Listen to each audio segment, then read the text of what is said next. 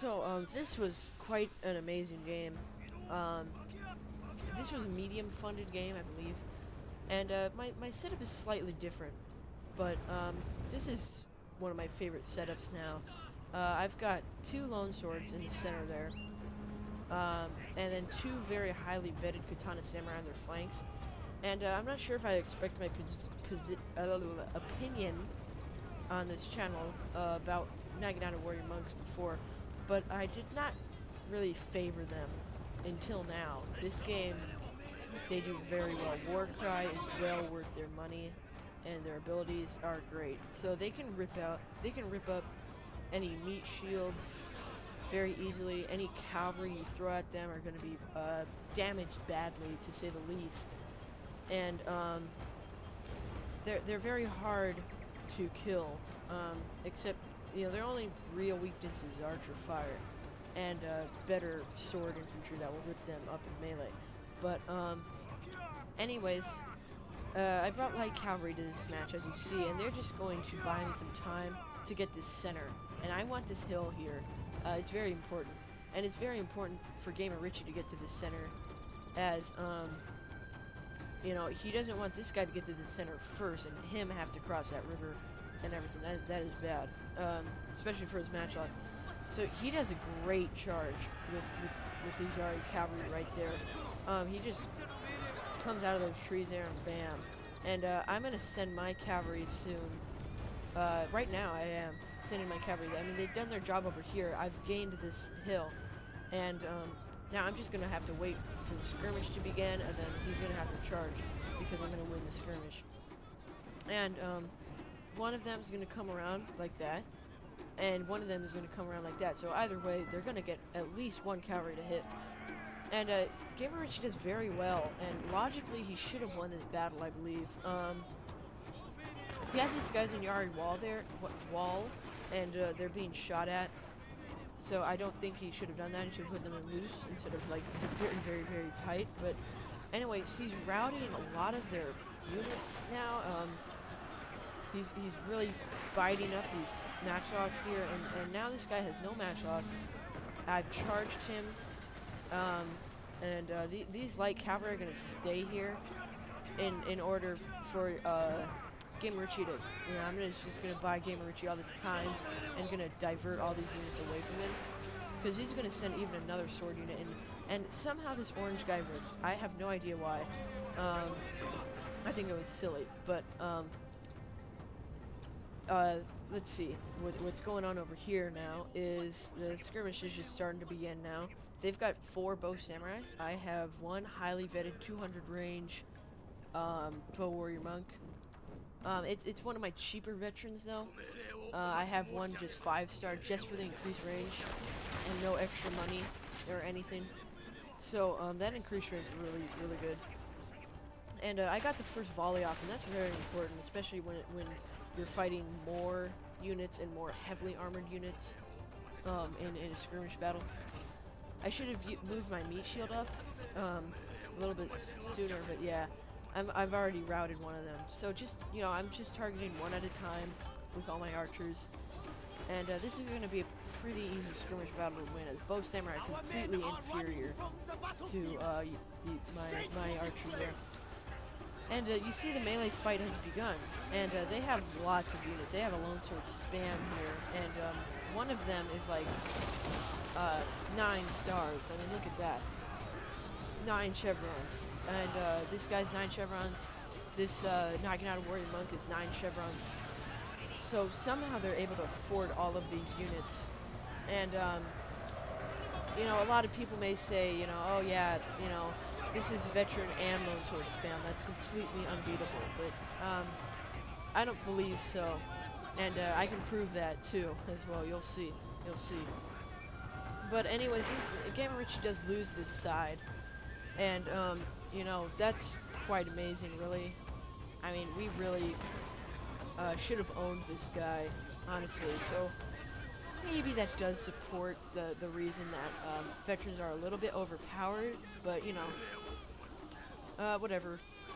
Anyways, he's brought his matchlocks over, because he knows he's going to lose a skirmish battle unless he does something real quick, and he does not want to lose the skirmish battle. He does not have quite the charge army here.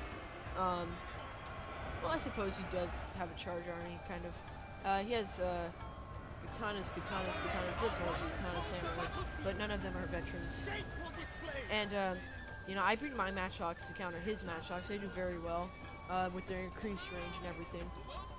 And my meat shields are being shot at a lot. They've been ripped up. But I have another meat shield, and then even Naginata Samurai behind those. And those Naginata Samurai really pay off. I'm really starting to like these Naginata units. I remember I did before, and I stopped using them, kind of. You know, different strategies and stuff. And I started using them again, and I've been winning. So, you know, I have everything to counter his cavalry. The only damage his cavalry can do is against my matchlocks or my sword units, and even that's hard. But nonetheless, they are going to run into my general and hit him, and it's a miracle that he didn't die. I mean, melee defense on my general really paid off here. So I have 3 melee defense now, and that's really, really good. It's really hard to charge into my general and destroy him, even in stand and fight mode. But anyways, as you see, he's just starting to charge the hill here, and soon enough, he's going to bring these cavalry over and attack my flanks. And even though he attacked my flanks, my general still is going to be alive, and my unit's morale is still going to be pretty good. As you see, Yari Wall is amazing, absolutely amazing at holding these guys up. I mean, this is uncanny. You could almost say that this is overpowered. And my matchlock's on such a good hill here. I have a really good position to not fire on my own men. Even though these Naginata Samurai have been shot in the back a little bit. They have high armor, so they can deal with that. Anyways, he won that battle, but he has barely any units left. GamerRichy did a really good job at beating him up. So he still has some units left, but his general is not alive anymore. And he does not have mobility. He's not going to get there fast enough to get on my flank while I'm attacking. And as you see, his cavalry finally charged in there. And they are Yari cavalry, so they will not stand be able to fight for long, even against sword units, because they no longer have their charge bonus. And yeah, I never noticed that these guys were wavering until I watched this right now. Wow, I never noticed these guys were wavering. But these guys did really well. If those guys had routed, I might have lost this game. But as you see, his guys are tired, and he's barely even got through my first, my Naginata Samurai. I did accidentally leave my warrior monks there, and they routed because of melee, but you know. Oh well, my micro is pretty bad, but I just popped a war cry, and this is going to start routing these cavalry. War cry is absolutely amazing. I love war cry. This guy's still in stand and fight, giving my people the bonus that they need. And my Katana Samurai, they're just going to whip these guys up. No doubt about it. But these guys, for whatever reason, I accidentally left them there.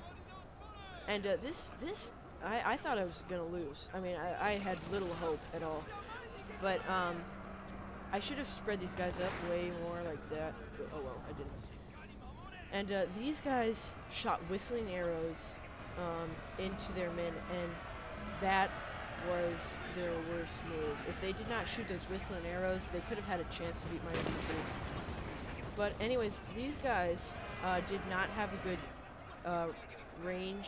They did not have, this little slope here gave me a little bit of time to charge. So even if, they tried to attack me while I was on this slope here, and they missed completely. So I'm using these Naginata warrior monks here. They're very resilient units. They can really stand their fight, man. They are amazing units, and I route their matchlocks, and they should not have let their matchlocks die like that. So anyways, I'm gonna have these matchlocks in a really good position here. My stand and fight reaches this area, so it's gonna scare scare enemies, give my guys a big bonus, and this guy does not have a general anymore. So I just killed an army and a half, really. GamerRichy did a very good job at killing this guy. So maybe I killed an army and a quarter, but against the odds nonetheless. So that is a demonstration of how dang powerful my Naginata warrior monks are.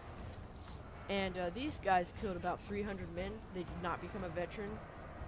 I do not understand this. I even tried boosting these guys up to a veteran, they killed 700 men in a 1v1 against GamerRichy, and they still didn't become veterans.